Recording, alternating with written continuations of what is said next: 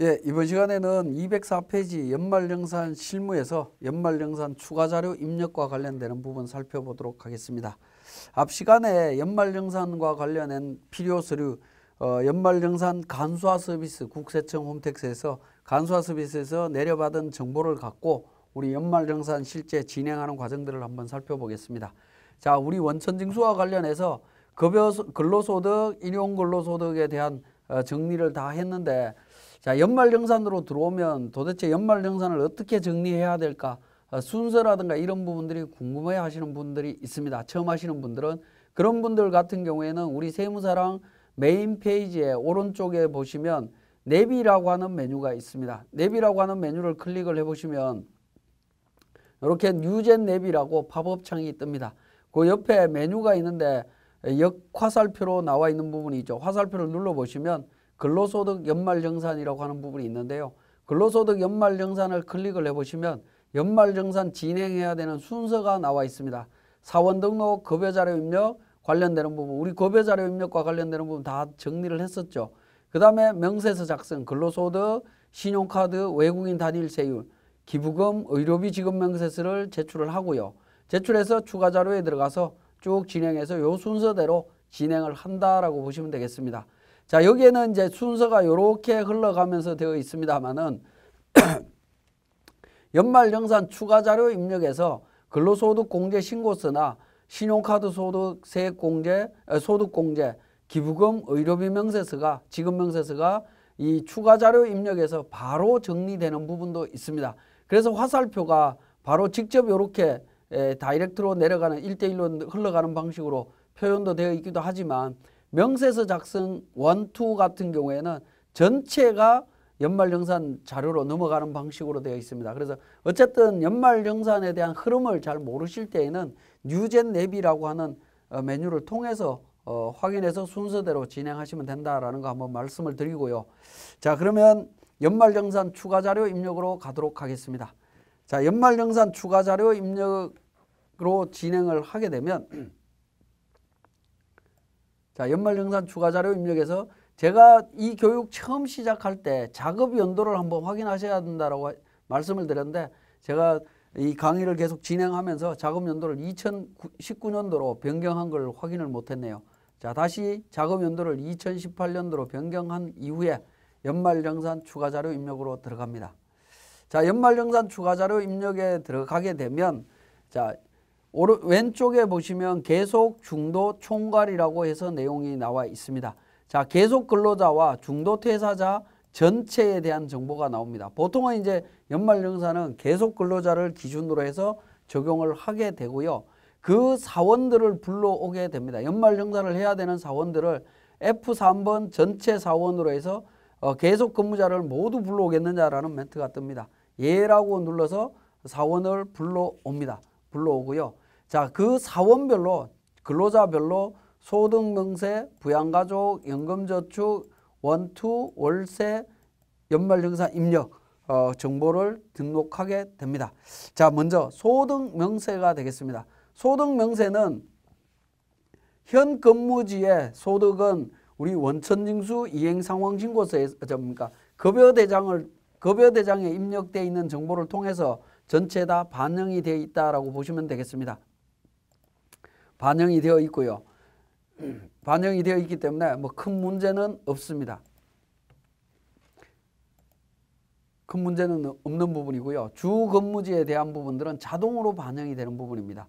그런데 근무지가 2곳 이상이거나 재취직자의 연말정산 정보는 추가로 등록을 하셔야 됩니다.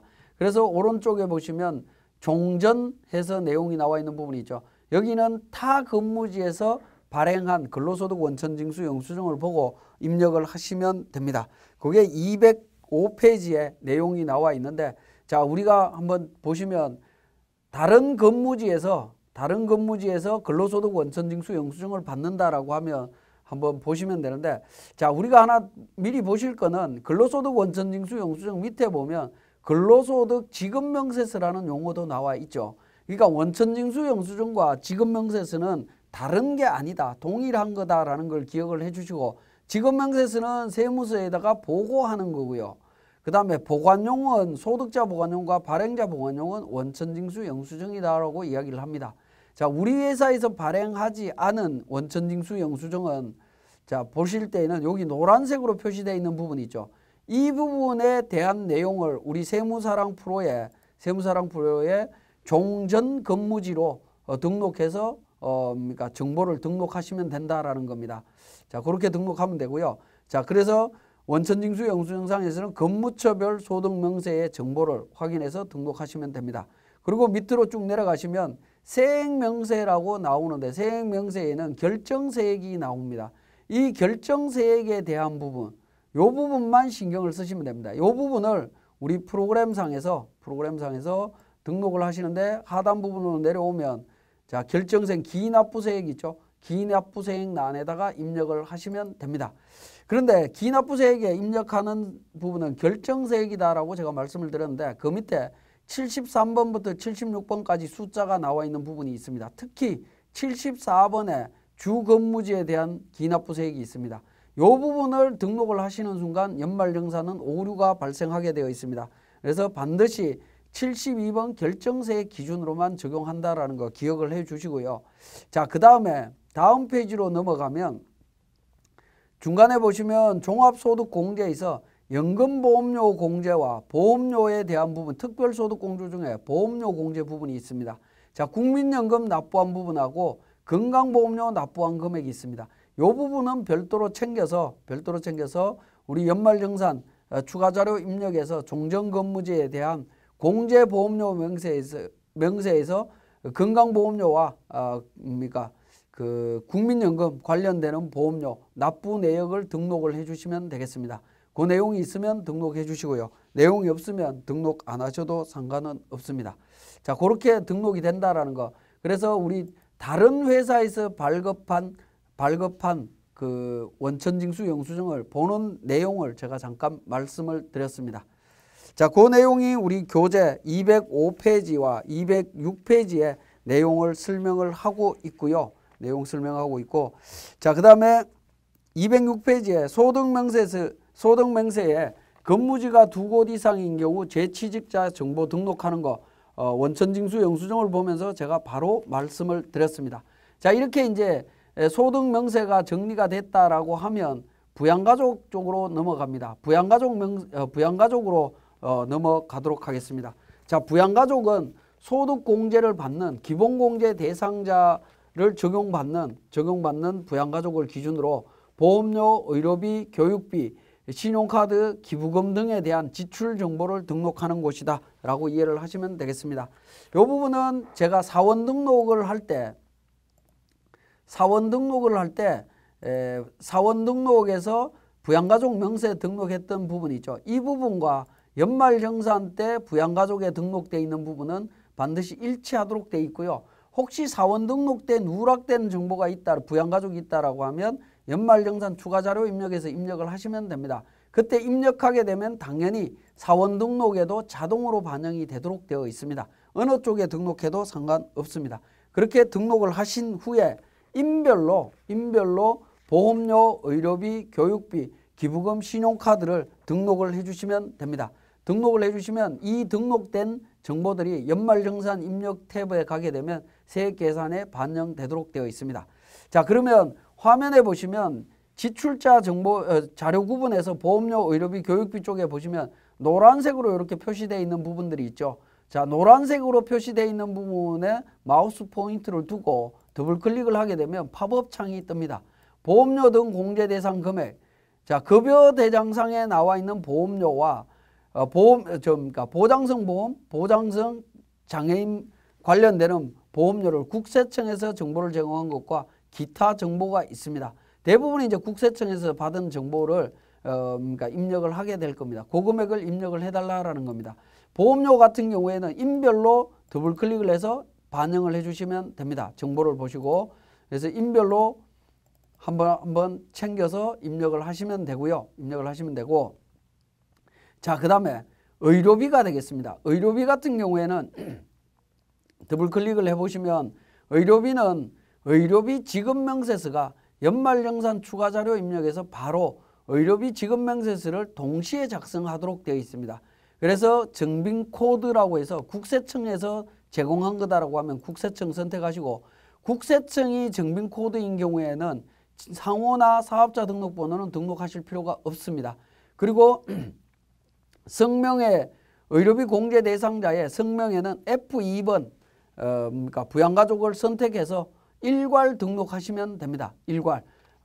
그러니까 아까 건강보험료, 보장성 보험료 관련해서는 인별로 이동을 하면서 제가 이동을 하면서 등록을 했습니다만은 의료비는 의료비 지급명세서를 바로 더블 클릭해서 의료비 지급명세서에서 일괄 등록을 하셔도 됩니다. 안기영, 이미숙, 안철이, 그 다음에 기타 증빙자료. 기타 증빙자료에 대해서는 상호와 사업자 등록번호를 반드시 입력하도록 되어 있습니다. 금액을 입력하게 되면 자동으로 구분해서 그러니까 의료비 세액공제로 넘어갈 수 있습니다. 그 다음에 교육비는 교육비 지출에 대해서 인별로 등록을 하시면 됩니다. 자, 안기영 본인 교육비, 이미수, 안철이 대학생인 자녀 교육비. 자, 금액을 입력하시고 교육비에 대한 부분, 어떤 자녀의 한도를 적용할 거냐 하는 부분인데, 하단 부분에 보시면 취약전 아동, 초, 중, 고등학교, 대학교, 본인, 장애인 교육비, 공제 대상이 아님, 뭐 5번이 있습니다. 1번부터 4번까지 선택해서 입력을 해주시면 되겠습니다. 자, 그 다음에 신용카드도 신용카드 지출 내역을 인별로 하단 부분에 하나하나 등록을 해주시면 됩니다.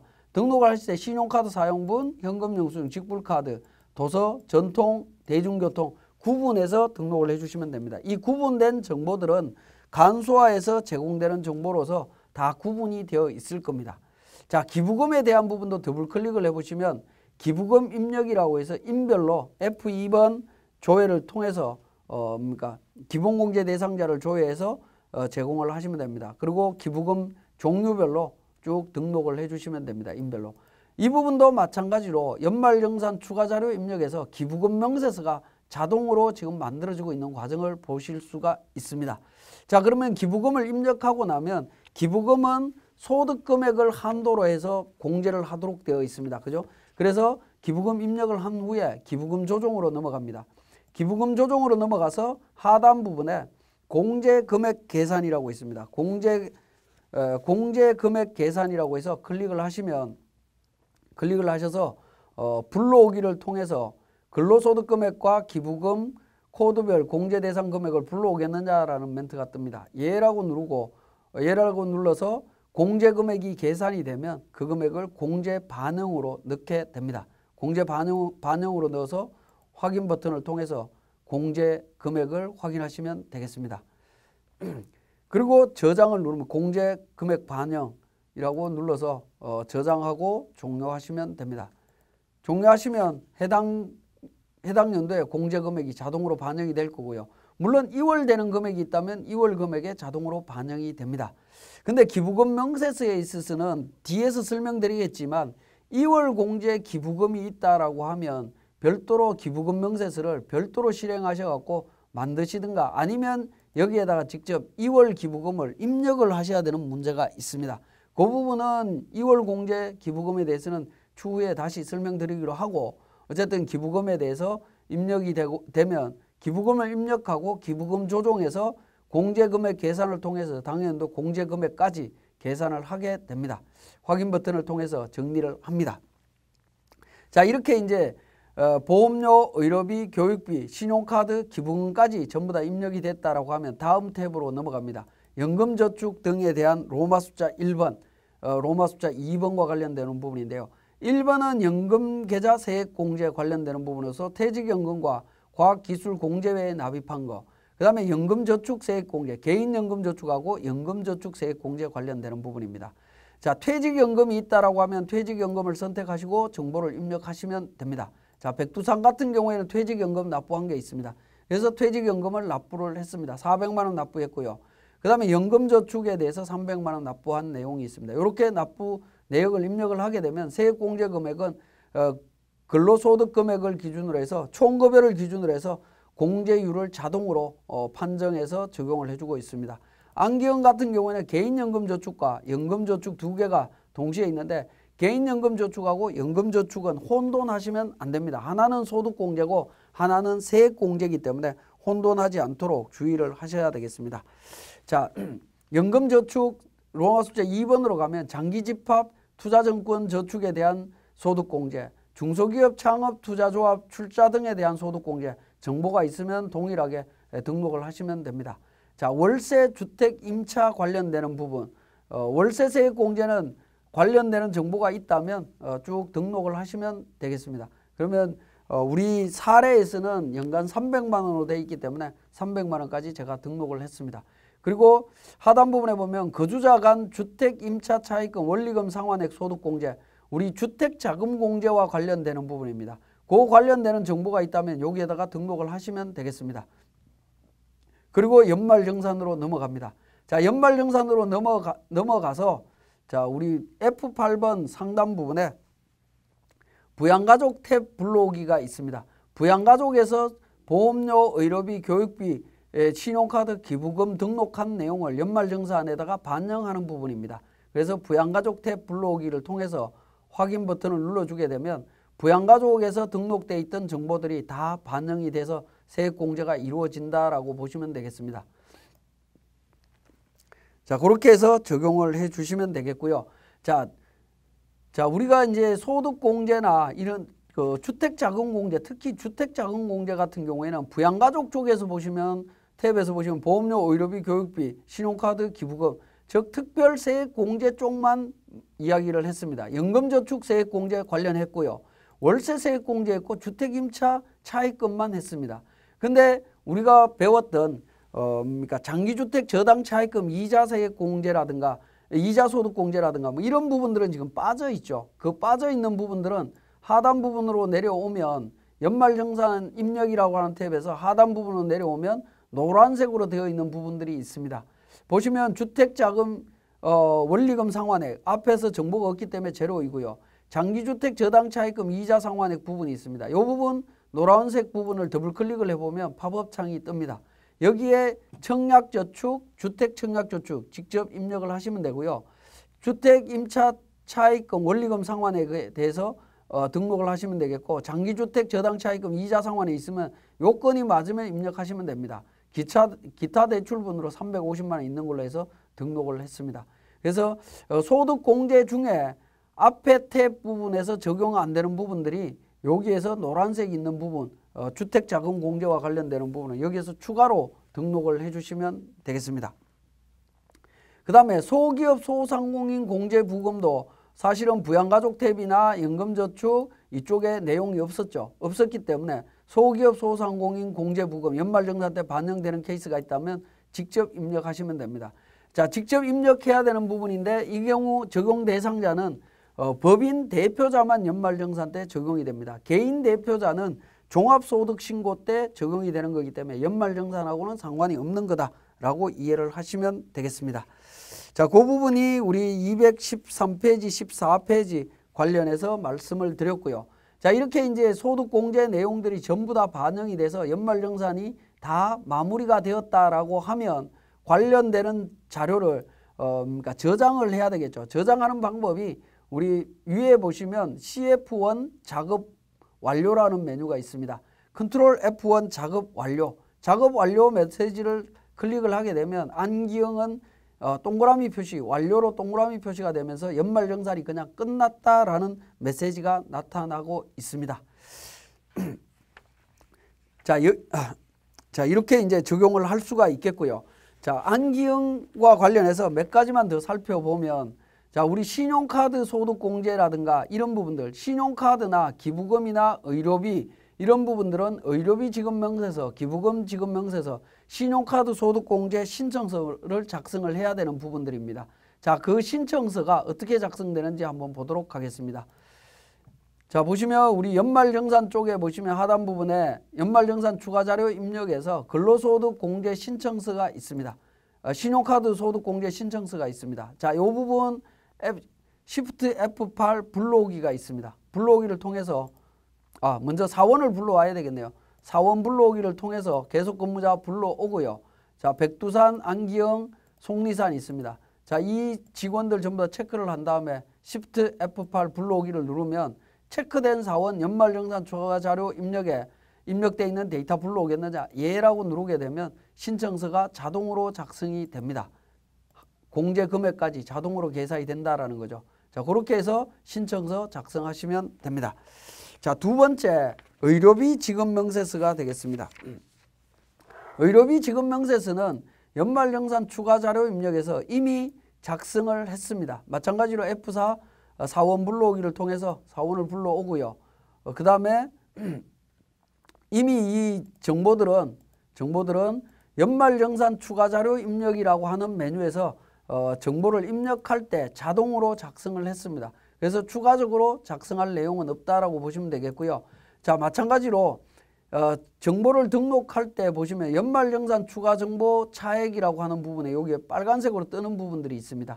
자, 이렇게 빨간색으로 뜨는 부분이 있으면 안 되겠다라는 부분입니다. 자, 안기영 씨처럼 정확하게 연말정산 때 반영되고 해서 정확하게 그러니까 정리가 됐다라고 하면 이 차액 부분은 나타나지 않습니다.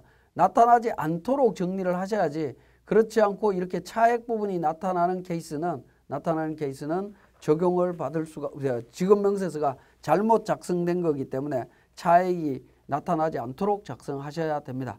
자, 이렇게 해서 마감해서 제출을 하면 되고요. 기부금 명세서도 마찬가지입니다.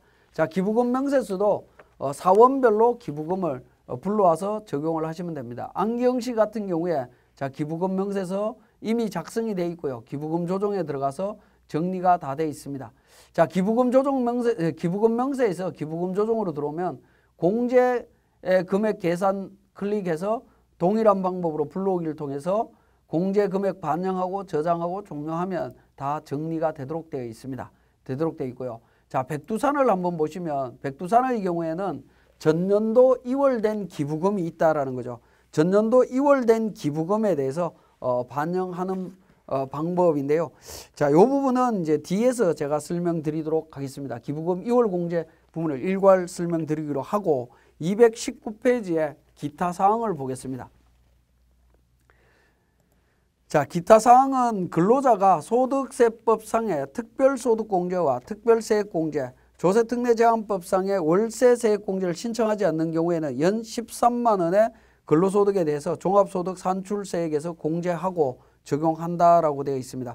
그래서 표준세액공제를 적용받을 건지 특별세액공제를 적용받을 건지 어떤 게 유리한지를 확인해 보자라는 부분입니다. 자, 그 부분이 우리 연말정산 간소화 서비스에서 연말정산 추가자료 입력이라는 메뉴에서 보시면 우리 연말정산 입력 쪽에 와서 상단 부분에 보시면 참고에 특별세액공제 적용분이라고 있습니다. 이걸 클릭해서 보시면 자, 특별소득세액공제를 적용했을 때 결정세액과 표준세액을 적용했을 때 결정세액이 나옵니다.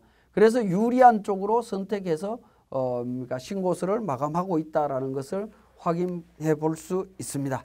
자, 여기까지 연말정산 추가자료 입력에 대한 부분을 설명드렸습니다.